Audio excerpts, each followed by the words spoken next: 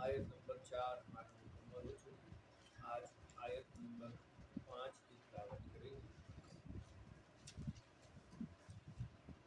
اعوذ باللہ من الشیطان الرجیم. اعوذ باللہ من الشیطان الرجیم.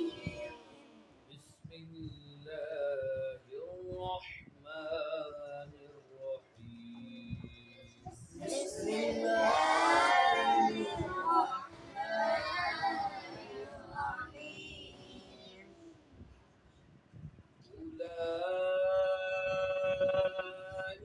علی هدی من ربهم.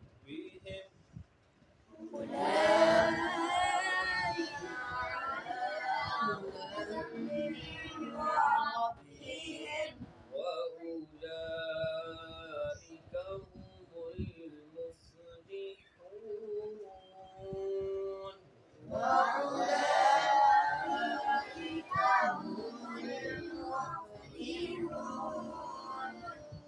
إن الذين كفروا سواء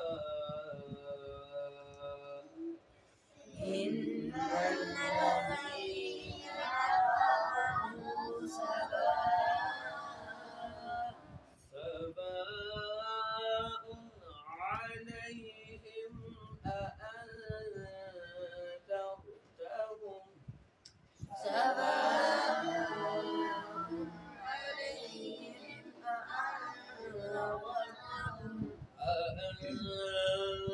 أأنذرتهم أم لم تنذرهم لا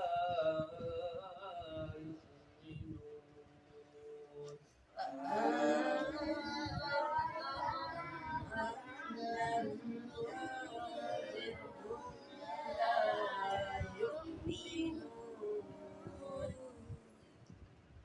دو آیتیں ہم نے آیت نمبر 5 اور آیت نمبر 6 کو پڑھا. آئیے اس کا ترجمہ بھی سماعت کر لیتے ہیں. کل تک کے ترجمے کے اندر ہم نے سب سے پہلے قرآن کریم فرقان حمید کی شان سنی، جو رب کریم نے فرمایا کہ یہ قرآن وہ کتاب ہے جس میں کوئی شک کی گنجائش نہیں ہے. پھر اللہ تعالیٰ نے قرآن کی دوسری صفت بتاتے ہوئے فرمایا کہ قرآن وہ ہے جو ہدایت دیتا ہے متقیوں کو. پھر دو لائنوں کے اندر مزید اللہ تعالیٰ نے متقیوں کی چند صفات بیان کی.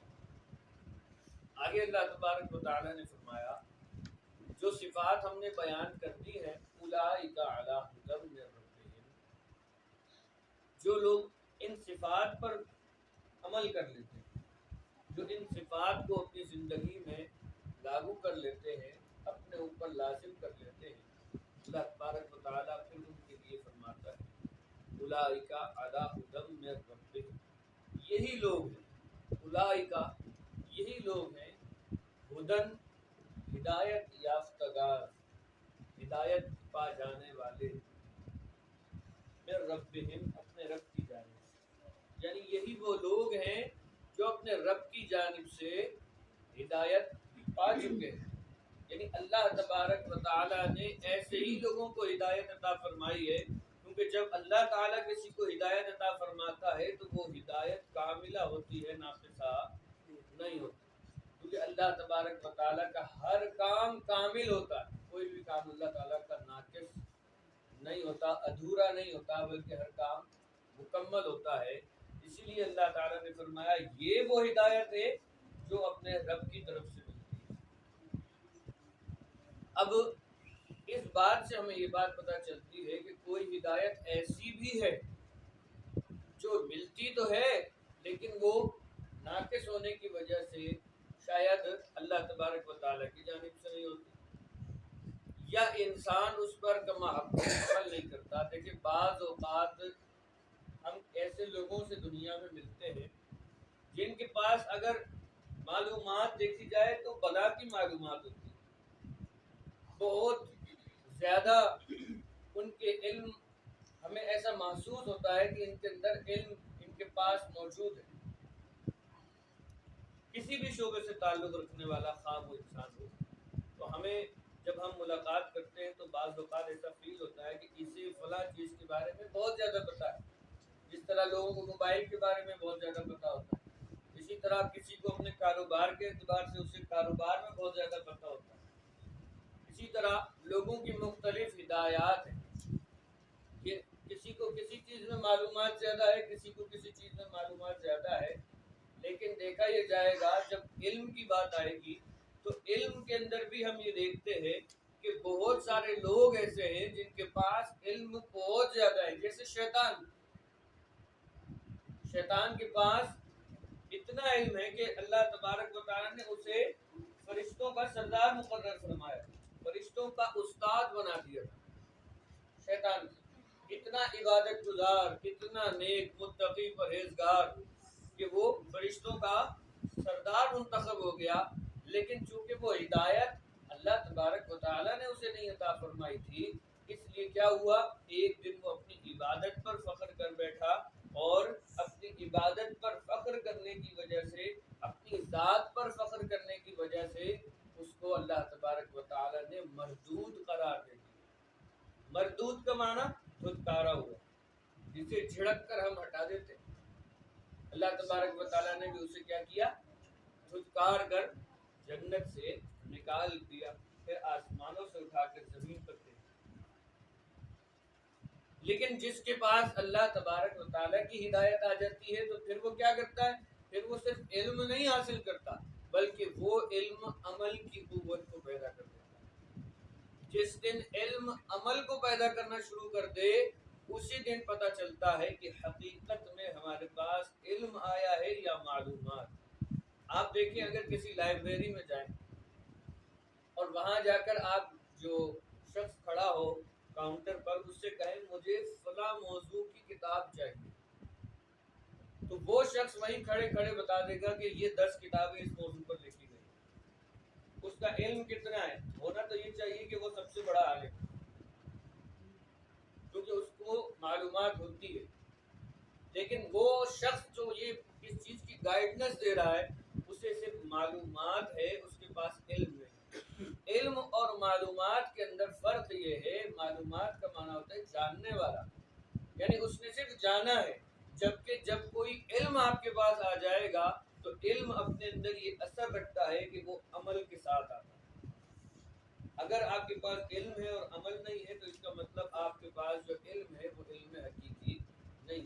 اسی طرح جو ہدایت ہے اگر وہ رب کریم تک نہیں پہنچاتی تو پھر وہ ہدایت حقیقی، کیونکہ انسان کا دنیا میں آنے کا سب سے بڑا مقصد اپنے رب تعالیٰ کی معرفت ہے.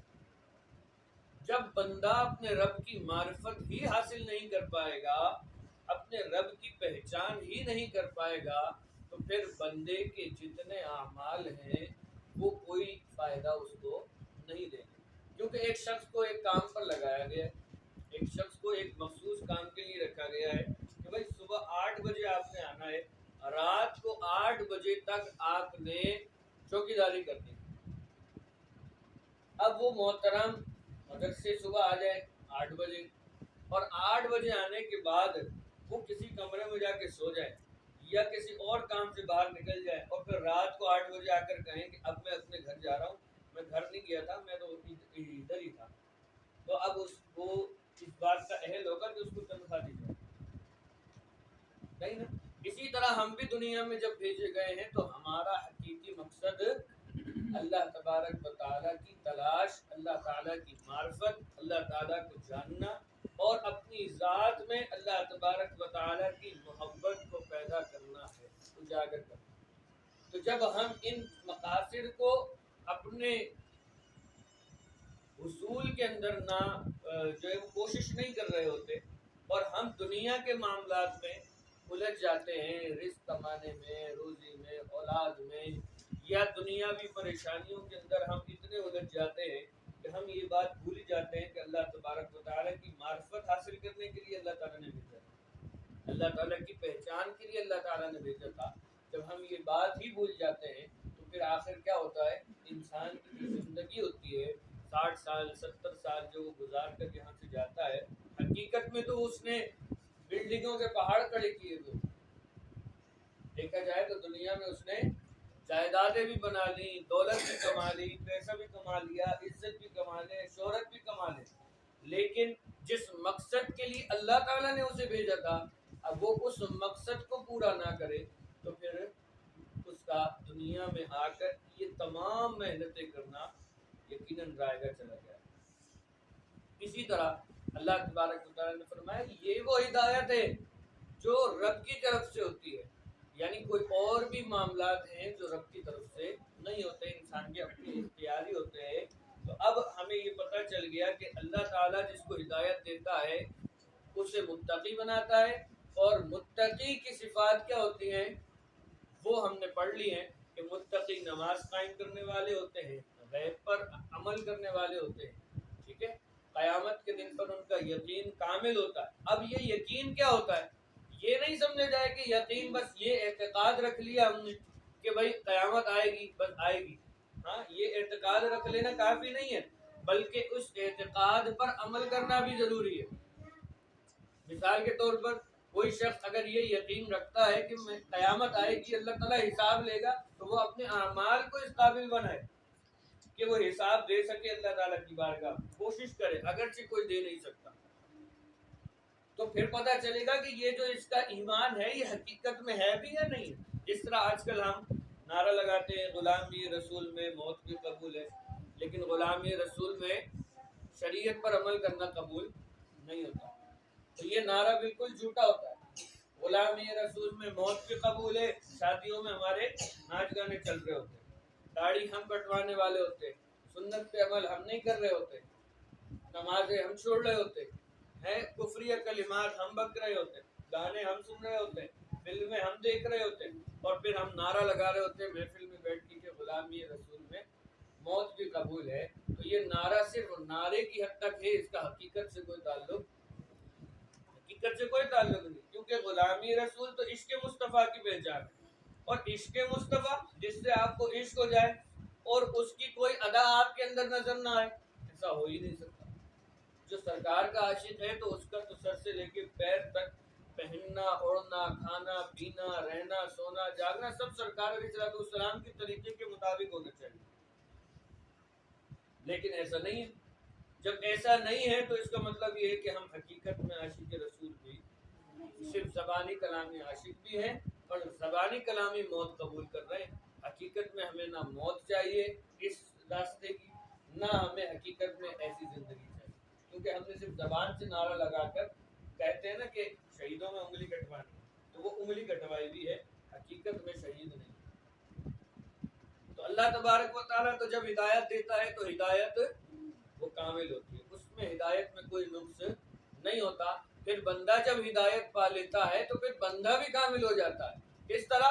جس طرح شیخ عبد القادر جیلانی غوث پاک ہو، جب اللہ تبارک و تعالیٰ ہدایت عطا فرما دے تو پھر بابا فرید بن جاتا ہے، کوئی بلے شاہ بن جاتا ہے نا، کوئی غوث اعظم بن جاتا ہے، کوئی امام اعظم بن جاتا ہے۔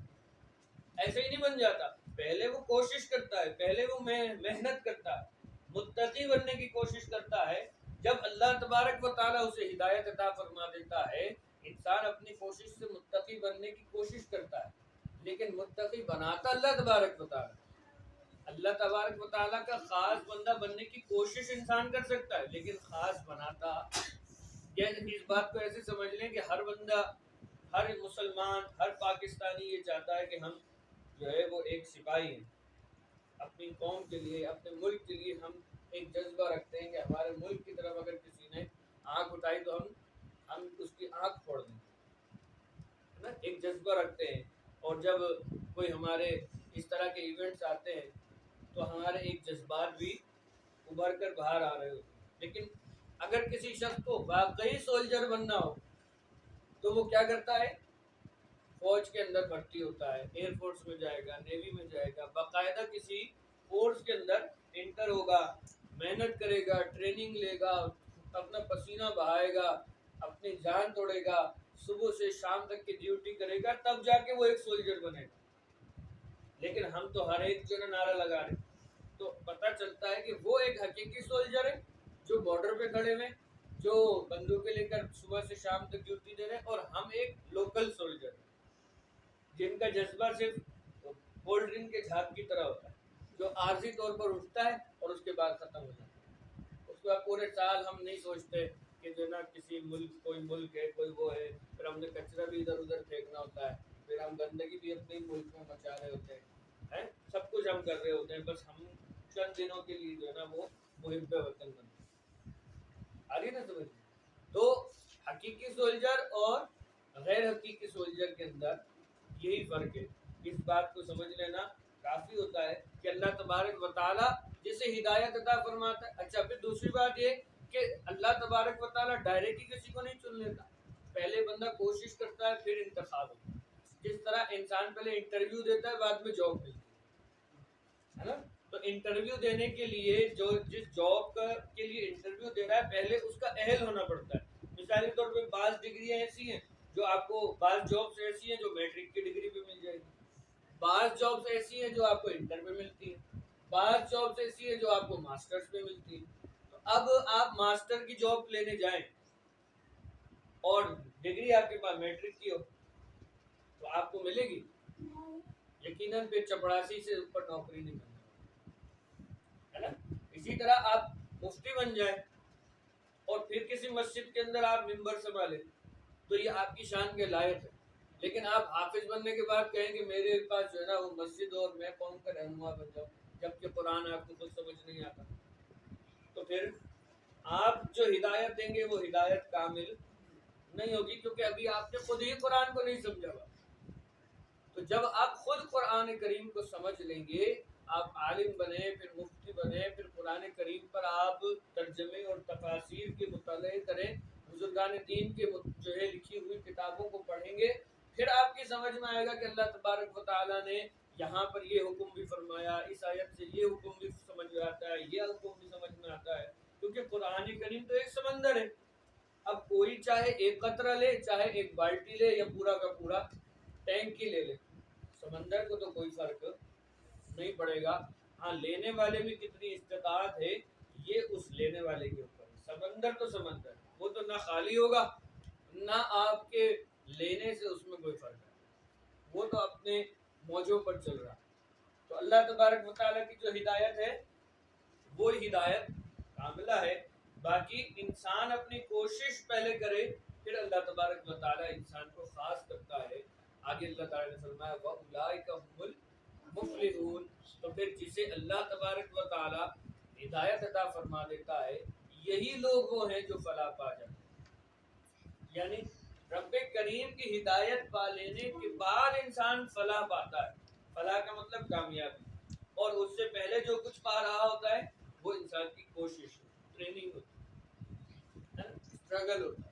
جب ہم اسٹرگل کرتے ہیں کسی بھی کام میں، کوشش کرتے ہیں کسی بھی کام میں، پھر اللہ تبارک و تعالیٰ کیا کرتا ہے؟ اس کام میں ہمیں کامیابی عطا فرما دیتا ہے۔ مثال کے طور پر ہمیں گھر بنانا ہو تو ہم کیا کرتے ہیں؟ پہلے کوشش کرتے ہیں، ڈائریکٹ گھر تو نہیں بناتے، پہلے کھڈا کھود کے زمین پر جو ہے نا بنیادیں بناتے ہیں۔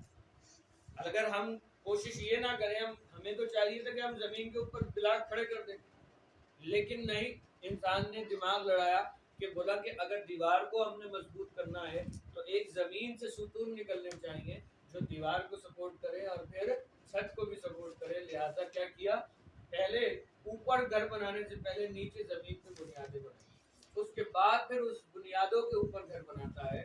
تو پہلے بنیاد مضبوط ہوتی ہے تبھی عمارت بنتی ہے. اگر عمارت کے لیے بنیاد مضبوط نہ ہوئی تو پھر عمارت بھی مضبوط نہیں ہو سکتی. اسی طرح آپ کا مقصد جتنا نیک ہے, آپ کا مقصد جتنا اچھا ہے, آپ کی کوشش جتنی بہترین ہوگی, آپ کا مقصد میں کامیابی بھی آپ کو اتنی ہی ملے گی.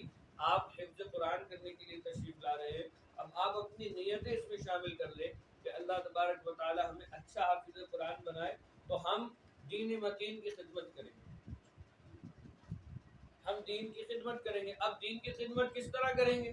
ضروری نہیں ہے کہ آپ کے پاس مسجد ہو آپ تبھی دین کی خدمت کر سکتے ہیں, ویسے آپ دین کی خدمت نہیں کر سکتے. آپ دین کی خدمت ایسے بھی کر سکتے ہیں کہ آپ کے پاس جتنا وقت ہے آپ اتنا وقت لوگوں کو دین سکھانے میں مصروف ہیں. آپ آفس میں ہیں تو آفس میں سکھائیں, آپ گھر میں ہیں تو گھر میں سکھائیں, آپ دوستوں میں ہیں تو دوستوں میں سکھائیں. اور اگر آپ کسی کو نہیں سکھا سکتے تو خود عمل کرنا شروع کر دیں. جب آپ خود عمل کرنا شروع کر دیں گے آپ کی صحبت میں رہنے والے خود بخود اپنے آپ کو تبدیل کر لیں گے, کیونکہ صحبت ایک بہت بڑا اثر رکھتی ہے. اللہ تبارک و تعالی ہم سب کے علم میں, عمل میں, عمر میں برکت عطا فرمائے. اللہ تبارک و تعالی ہم سب کو اچھا حافظ قرآن, با عمل حافظ قرآن بنائے. وآخر دعوانا ان الحمد للہ.